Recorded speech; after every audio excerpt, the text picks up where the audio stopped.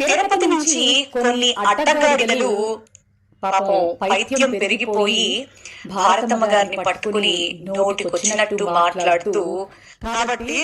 మరి భారతి అనే అడ్డగాడిద వస్త్రానికి ఎందుకు రాలేదు, భారతి అనే అడ్డగాడిద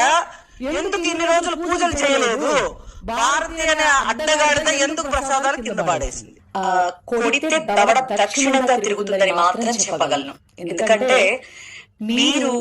అడ్డగాడిదల్లాగా గాండ్రు పెట్టినంత మాత్రాన ఆ భారతమ్మ గారిని మీరు అనేసేసి మీ దిగజారుతనాన్ని మీరు చూసుకున్నంత మాత్రాన మీ నాయకుడి భార్య లెజినోవా గారిని మేము కూడా మాట్లాడితే మీకు మాకు తేడా ఉండదు. 14 ఏళ్లు కింద మీద పడి 3 పార్టీలతో కలిస్తే తప్ప గవర్నమెంట్ లోకి రాలేనటువంటి మీ పార్టీకి, మీ నాయకుడికి మీరు